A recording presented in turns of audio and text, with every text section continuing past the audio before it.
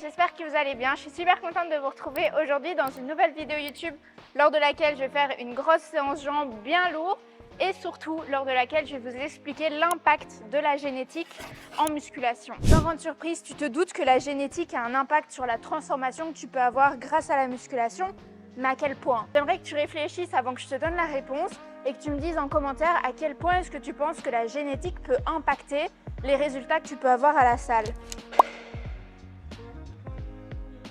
Si jamais cet exercice, c'est un exercice incroyable à inclure dans tes échauffements quand tu prévois de faire du squat, ça va venir ouvrir tes hanches, mais aussi travailler ta mobilité de cheville. Vraiment un basique à ne pas louper.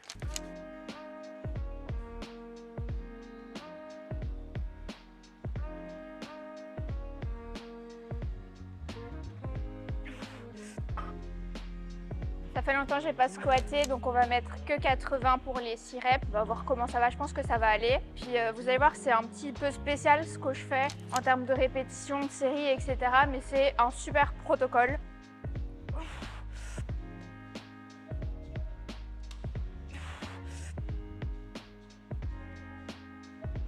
La réalité, c'est que la génétique, elle joue une part très importante dans ta transformation en musculation et dans les résultats que tu peux avoir. Il y a plusieurs facteurs qui influencent l'hypertrophie et donc le développement de volume musculaire.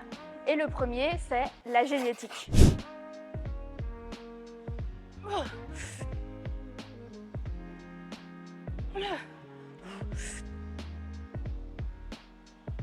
Alors il faut savoir qu'il peut y avoir jusqu'à 60% de différence dans les résultats de deux personnes qui font le même programme. 60%, c'est énorme. Et cette différence, elle s'explique par plusieurs facteurs aussi. On va avoir le type de cellules musculaires de la personne. Est-ce que c'est plutôt des fibres rapides ou des fibres lentes? Il va aussi y avoir le nombre de fibres musculaires. Donc il y a des personnes qui partent à la naissance avec plus de fibres que d'autres. On va avoir la taille des os, par exemple.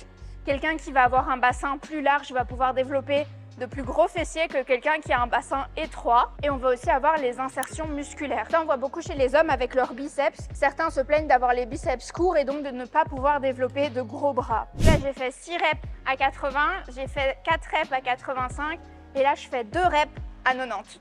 Ça va être dur. Ouh.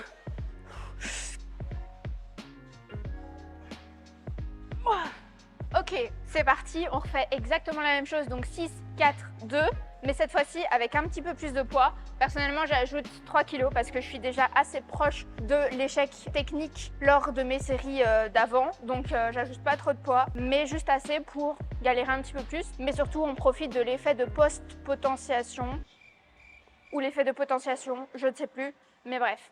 En gros, ici on est la plus forte.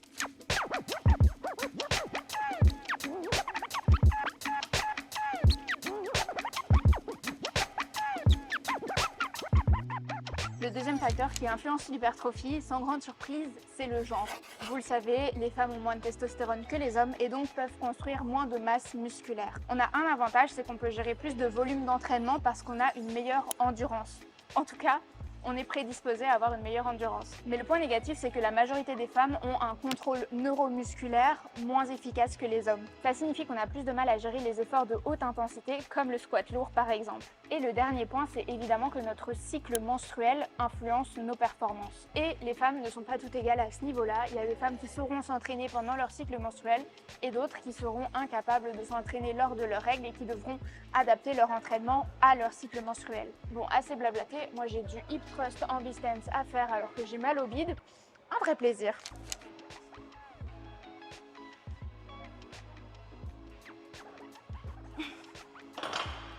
Oula, c'est très dur aujourd'hui.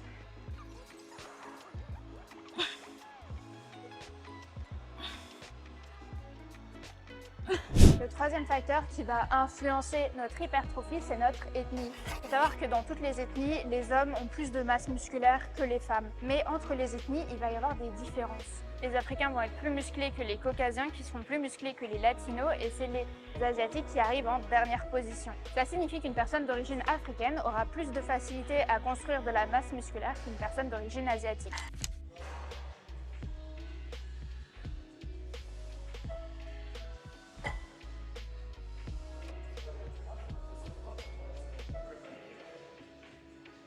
Et enfin, le dernier facteur, c'est l'âge, 27 ans. 27 ans, c'est l'âge à partir duquel les muscles évoluent négativement. Alors ça ne veut pas dire qu'à partir de 27 ans, c'est impossible de construire du muscle, pas du tout. Ça veut simplement dire qu'à partir de 27 ans, ça devient de plus en plus compliqué de construire du muscle. Au plus tu vieillis, au plus ça va devenir compliqué. Mais ça veut dire que le renforcement musculaire devient d'autant plus important. Parce que faire du renforcement musculaire, ça va te permettre de contrer cette dégradation du muscle naturel et donc de potentiellement continuer de construire du muscle, mais en tout cas de continuer à avoir des articulations, des os et des muscles en bonne santé et que quand tu seras plus âgé, tu puisses te lever du canapé sans problème.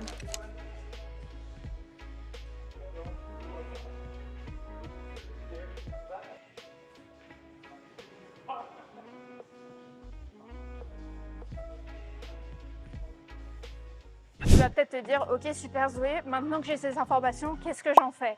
Eh ben en fait pas grand chose. Cette vidéo elle était vraiment pour t'ouvrir les yeux sur le fait que oui la génétique ça a un rôle, ça joue un rôle sur les résultats que tu peux avoir et sur le physique que tu peux obtenir grâce à la musculation. Mais même si on parle pas de musculation, la génétique ça joue aussi un rôle sur la répartition du gras sur ton corps. Alors par exemple, mon body goal ultime c'est d'avoir les hanches plus larges que mes épaules. Sauf que, à moins de passer par la chirurgie, ce n'est pas possible pour moi. Tout simplement, quand on parle en termes de répartition graisseuse, je stocke majoritairement le gras au niveau du haut du corps, comme tu peux le voir. J'ai très peu de gras au niveau des cuisses, presque pas de gras au niveau des fesses, et par contre je stocke la majorité de mon gras au niveau du haut du corps. J'ai les hanches qui sont étroites, donc j'ai plus de mal à développer mes fessiers, et j'ai les épaules qui sont larges, donc mon haut du corps paraît tout de suite plus imposant que mon bas du corps. Est-ce que ça veut dire pour autant que je vais pas du tout entraîner le haut du corps et que je vais faire que le bas du corps? Absolument pas. Ça veut simplement dire qu'il faut que j'ouvre mes yeux et qu'il n'y a pas qu'un physique qui est beau, évidemment, et que j'apprenne à aimer mes caractéristiques physiques à moi. Et c'est aussi pour ça que c'est super important que vous ne vous fixiez pas un body goal. Les deux messages à retenir de cette vidéo, c'est que avoir un body goal, ça peut être une motivation, mais ça doit pas être une fin en soi, parce qu'à moins d'avoir les mêmes insertions musculaires, la même largeur d'os, les mêmes répartitions de gras, ce sera pas possible. Mais le deuxième message, et celui qui est limite plus important, c'est que vous ne devez pas vous dire « Oh mais de toute façon, j'ai pas la génétique pour, donc ça sert à rien que je fasse du sport, ça sert à rien que je prenne soin de ma santé, j'y arriverai pas. » C'est pas ça que je voulais transmettre comme message à partir de cette vidéo. Certes, la génétique, ça joue un rôle, mais ça ne veut pas dire que vous n'attendrez pas un physique qui vous plaît. Ça veut dire que votre physique idéal ne ressemble peut-être pas à ce que vous voyez sur Instagram, et ça veut pas dire que c'est un moins bon physique. Je sais pas si vous m'avez suivi. Je me perds un peu dans mes pensées, mais j'espère que cette vidéo vous a plu. Elle était un peu différente de d'habitude, un peu plus théorique, et j'espère que ça vous a ouvert les yeux sur le fait qu'il faut pas comparer votre physique aux filles que vous voyez sur Instagram, parce qu'en plus des poses, des angles et parfois même du Photoshop, vous n'avez pas forcément la même génétique, vous n'avez pas les mêmes compositions corporelles, etc. Donc ne vous comparez pas et aimez votre corps tel qu'il est et appréciez vos caractéristiques physiques. Voilà, moi je vous fais plein de gros bisous, je vais rentrer manger et me doucher, j'ai bien transpiré aujourd'hui. J'espère que cette vidéo vous a plu, je vous dis à la semaine prochaine, passez une bonne semaine. Bisous!